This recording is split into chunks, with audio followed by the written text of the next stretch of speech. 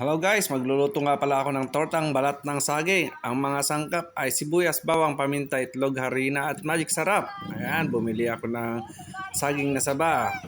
Tapos aking binalatan.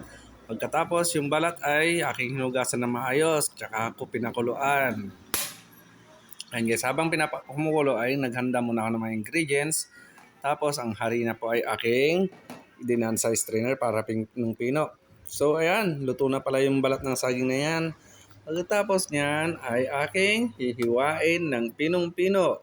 Para sa ganun po ay mas maganda at mas masarap kainin. Pinaghalo-halo ko ng mga ingredients. Halo ng halo. And then, ipiprito ko na guys. Ayan, piniprito. Oops! Luto na pala ang aking tortang balat ng saging. Aking papatikim sa mga bisita ni Ate Ne. Ayan, si Ate oh. Ate, kumuha ka na. Huwag ka na mahiya. Uy, nahiya si Ate. Kaya binigyan ko at ang kumuha ay ang kanyang mami. Sa totoo lang po, kanina pa sila kumakain yan. Pinakita ko lang. Pang content ba? Ayan guys. Sa susunod pa, wag po magtapon ng balat ng saging at ating iluto. Maraming salamat guys at see you next video. Shout out nga pala sa mga bisita pa natin. Salamat!